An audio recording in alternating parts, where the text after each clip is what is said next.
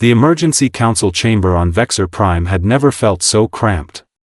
Ambassador Krell'ix pressed all 6 of his primary limbs against the observation table, his bioluminescent scales flickering with barely contained anxiety. Around him, representatives from 47 different species waited in suffocating silence. "They are coming," he announced, his voice modulating through 3 different frequencies simultaneously. "The humans have accepted our invitation." A collective shudder rippled through the assembly. Diplomat Yara of the Zenthri Collective raised one crystalline appendage. "And you are certain this is wise? After what we learned about their homeworld?" Krell'ix had reviewed the survey data 17 times. Each viewing had left him more disturbed than the last. Earth. A death world by any reasonable classification. Crushing gravity, violent weather systems, predators at every level of the food chain. And somehow, impossibly, humans had not just survived there. They had thrived. They had conquered it. "We need their military expertise," Krell'ix said flatly. "The Karvath swarms are expanding faster than our predictive models anticipated. Humans are the only species in the known galaxy with experience in coordinated predator warfare." Predator warfare. Science Officer Timus clicked his mandibles nervously. "Yes. That is what concerns us." 3 solar cycles later, the human delegation arrived. Captain Victoria Hayes stepped off the transport first, followed by her security detail. Krell'ix had studied her profile extensively. Former special operations, multiple combat citations, psychological evaluation marked her as stable but dangerously competent. She moved with the efficient grace of something that knew exactly how to end life quickly, but it was what followed behind the security team that made Krell'ix's tertiary heart skip several beats. "What?" he managed to say, his translator struggling with his sudden distress. "In the name of the eternal void, is that?" Captain Hayes glanced back at the massive creature padding alongside her security officer. "Oh, that's just Rex. He's our emotional support animal. Hope that's okay. The crew gets anxious during long deployments." Rex. The creature stood nearly as tall as a young Vexxar adult. Its mouth was filled with teeth, dozens of them, each one designed for ripping and tearing. Its eyes held an intelligence that Krell'ix found deeply unsettling. Thick muscles moved beneath its fur with predatory efficiency. "That," Krell'ix said slowly, "is a predator." "Well, yeah." Hayes smiled, apparently finding his terror amusing. "He's a German shepherd. Great dogs. Super loyal, excellent trackers, pretty good at taking down threats when needed." Taking down threats. Timus had backed himself into a corner. Taking down threats. "You brought a predator to a peace delegation." "Rex is perfectly safe," Hayes assured them. "As long as you don't make any sudden moves or act threatening. Then, natural instincts might kick in. But that won't be a problem, right?" Before Krell'ix could formulate a response that didn't sound like panicked screaming, another human emerged from the transport. This one was smaller, carrying what appeared to be a cushioned container. Lieutenant Marcus Webb, the human, introduced himself cheerfully. "I brought Whiskers. Figured some of you might be allergic to dogs." "Allergic," Krell'ix repeated numbly. Webb opened the container. The creature that emerged made absolutely no sense according to any rational biological classification. It was small, covered in fur, with eyes that seemed to calculate the exact value of everything it observed. It moved with liquid grace, every motion suggesting coiled violence held in careful check. That it also made a sound. A rhythmic rumbling that Webb seemed to find soothing. "What manner of beast is this?" Yara whispered, her entire form shimmering with alarm. "This is a cat," Webb explained, stroking the creature's back. "Felis catus. Domesticated about 10,000 years ago. Maybe. They're kind of ambiguous about the whole domestication thing. Some scientists think they domesticated themselves."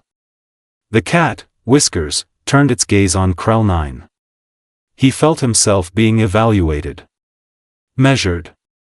Found either acceptable or beneath notice, he couldn't tell which. "Your predators," he said carefully, "make sounds that please you?" "Oh, that's purring," Hayes said.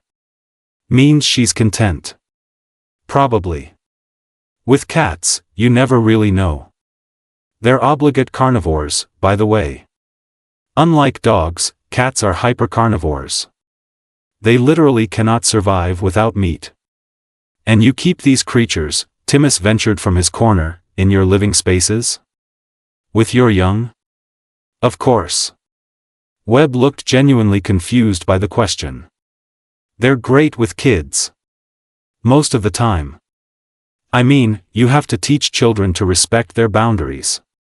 Cats don't tolerate much nonsense." Rex chose that moment to sneeze. It was a surprisingly loud sound that sent several delegates scrambling for exits. The dog looked around, seemingly puzzled by the reaction, then sat down and began licking one paw with every appearance of contentment. "Perhaps," Krell'ix said, his voice admirably steady considering his survival instincts were currently screaming contradictory advice, "we should proceed to the briefing room. Away from your companions." "Oh, they're coming with us," Hayes said brightly. "Regulations. Can't leave certified support animals unattended in unfamiliar environments. They might get stressed." "They might get stressed, the predators might become distressed." Krell'ix wondered if the Carveth swarms might actually be the less terrifying option. The briefing room had been designed to accommodate multiple species in comfort. That plan lasted approximately 40 seconds after the humans entered with their predators. Rex immediately positioned himself at Captain Hayes' feet, his massive head swiveling to track every movement in the room. Whiskers, demonstrating the independence Webb had mentioned, leaped onto the central holographic display table and sat directly in the middle of the tactical projection, tail swishing through defensive formation schematics.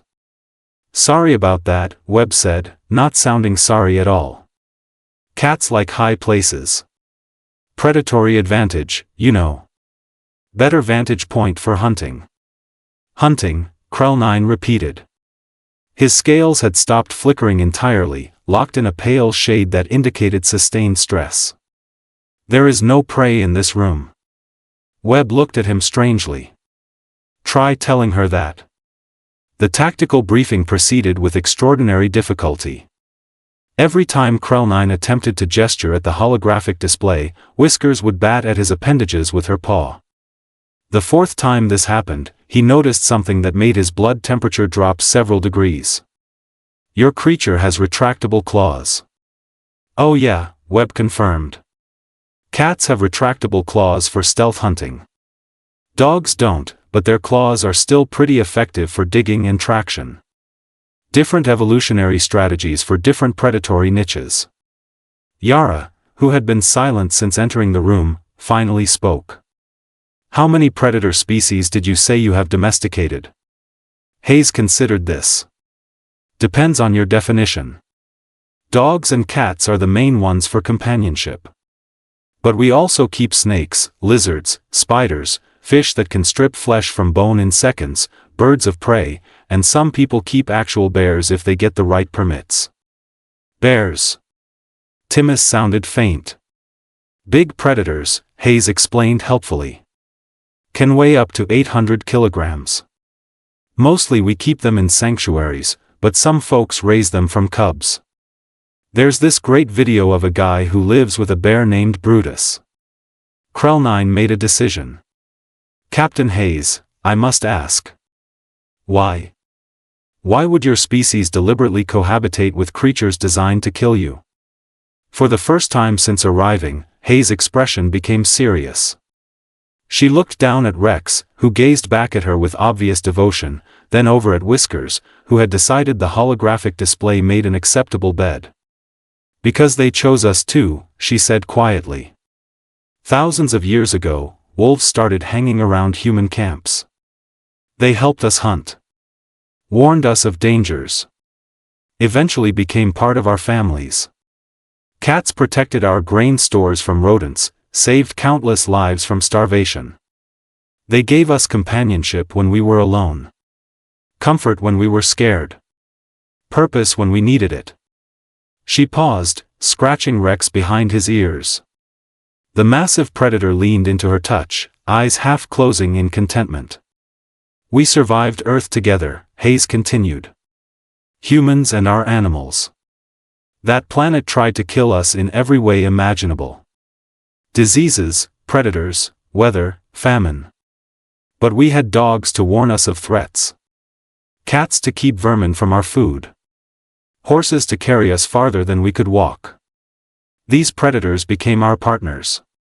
Our family. Your family, Krell'ix said slowly. You consider apex predators to be family. Rex would die protecting me, Hayes said simply. I would die protecting him. That's family.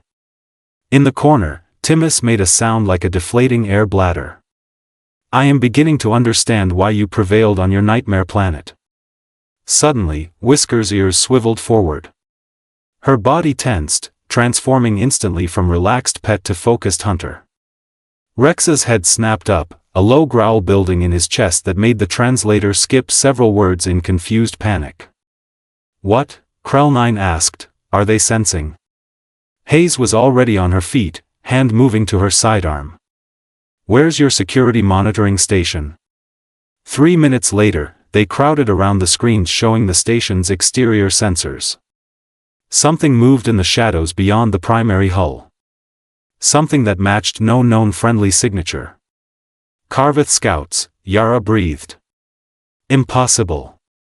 We are deep in protected space. How did they penetrate our defenses? Same way any good predator does, Hayes said, her voice cold and professional. Patience. Stealth. Waiting for the right moment. She looked down at Rex and Whiskers, both still on high alert. But here's the thing about predators. We recognize each other.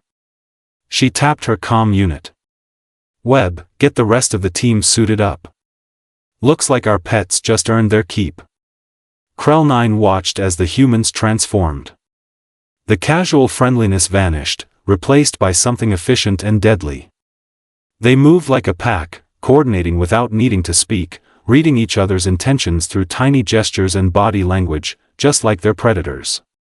Ambassador, Hayes said, checking her weapon's charge. You wanted humans for your war. You wanted to know how we survived Earth. Here's your answer. We didn't just survive alongside predators. We learned from them. We became them when we needed to. Rex stood at her side, no longer a pet but a soldier awaiting orders. Whiskers had positioned herself near the door, body low, ready to move. And the best part? Hayes smiled, and for the first time, Krell'ix saw the predator that lived behind human eyes. We taught our predators to be better predators. Enhanced their natural abilities with our technology. Our strategy. Our pack mentality. The alarms began blaring as Karvath scouts breached the outer hull. So yeah, Hayes said, moving toward the exit with her team and their predators falling into formation around her. You wanted to know about human pets. Now you get to see what happens when Earth's apex predators work together. As they disappeared down the corridor, Rex's howl echoed through the station. It was answered by similar calls from other human teams. Coordinated. Planned. A hunting cry that crossed species barriers. Krell'ix looked at Yara. I believe we may have invited something far more terrifying than the Karvath. Yes, Yara agreed, her form shimmering with an emotion Krell'ix couldn't quite identify. But they are terrifying on our side. From the corridor came sounds of combat. Human voices. Animal roars. And underneath it all, a rhythmic purring that somehow made everything more unsettling. Krell'ix decided that humans and their predators deserved each other. And he was extremely grateful they were allies.